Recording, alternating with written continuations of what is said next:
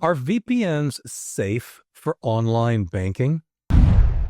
Hi everyone, Leo Notenboom here for askleo.com. Here's a question. Is it safe for me to use a VPN for online banking while I'm on the road?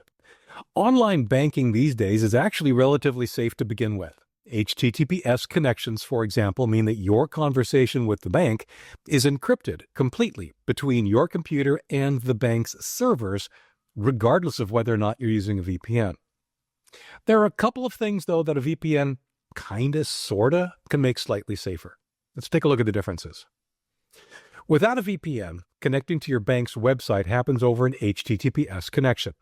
This means that data is encrypted before it leaves your machine and can only be decrypted when it arrives at the bank's server, and vice versa. No one in between can make sense of the encrypted data. This provides, nearly bulletproof security regardless of whether you're at home or on the road. No one can intercept your data, not the ISP you're using, the open hotspot you're connected to, or anyone else. That doesn't mean it's completely risk-free, however. Without a VPN, due to HTTPS, no one can see the data that you're exchanging. However, a hacker can see that you're connected to your bank. In fact, they can see which bank it is you use. This tells them that you may have your credentials for logging into your bank available. That could make you, I suppose, slightly bigger target for other forms of malicious behavior. Seems unlikely, but possible that knowing you're connecting to a specific financial institution could be enough of an incentive to try and steal your laptop, for example, and see if your accounts could be broken into once they have physical access to your computer. It's not something I worry about. Another form of vulnerability is what's called a man-in-the-middle attack. When you connect to your bank, information is securely exchanged as part of setting up that encrypted connection. In rare cases, it is possible that a malicious actor could insert themselves in such a way so as to appear to be your bank, right down to the HTTPS verification. Again, this is extremely rare and difficult, and almost always involves some kind of a notification that certificates are being installed on your machine. Accepting these types of unrecognized certificates can indeed lead to HTTPS compromise. So, as always, pay attention to those notifications. This is honestly something I worry about even less, mostly because it's extremely rare, and there's a notification that something's happening, which I would never allow while on the road. The more common scenario is when schools or corporate networks intentionally use this same technique to monitor their users' online activities. Using a VPN, your connection to your bank still happens over HTTPS and is still end-to-end encrypted between you and your bank. The VPN adds another layer of encryption and some obfuscation between your machine and the VPN's internet server. A VPN hides what you're doing. If someone can see the data to and from your machine, the only thing that they can see is that you're using a VPN and which VPN you're using. They cannot see that you're doing any online banking or which bank you use at all.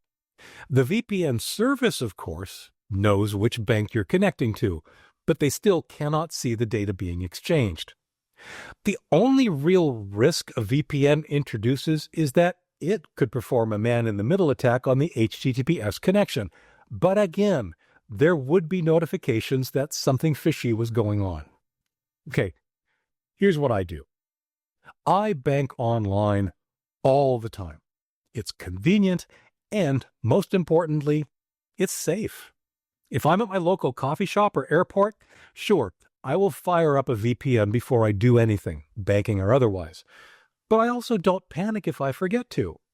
HTTPS has me covered. What I definitely do, though, is when a site asks if I want to remember my sign-in, usually that little checkbox below the username and password fields, I'll always explicitly say no by leaving that unchecked for my portable computers. Clearly, I don't consider packet sniffing and data interception nearly the problem that it once was.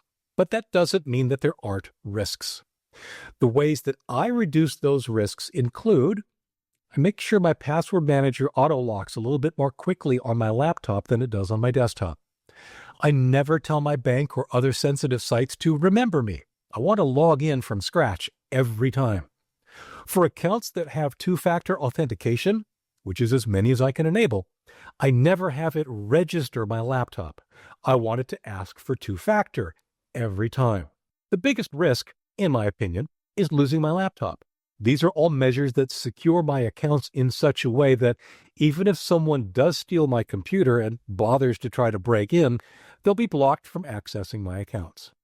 Okay, bottom line, use a good VPN if you feel so inclined. Make sure it's one that you trust, of course, which typically means avoiding free offers. However, as long as your bank's connection is via HTTPS, attempts at direct access are generally nothing to be concerned about. Spend that energy on protecting yourself from the more likely threats, such as loss or theft. For updates, for comments, for links related to this topic and more, visit askleo.com/185700. I'm Leo Notenboom. This is askleo.com. Thanks for watching.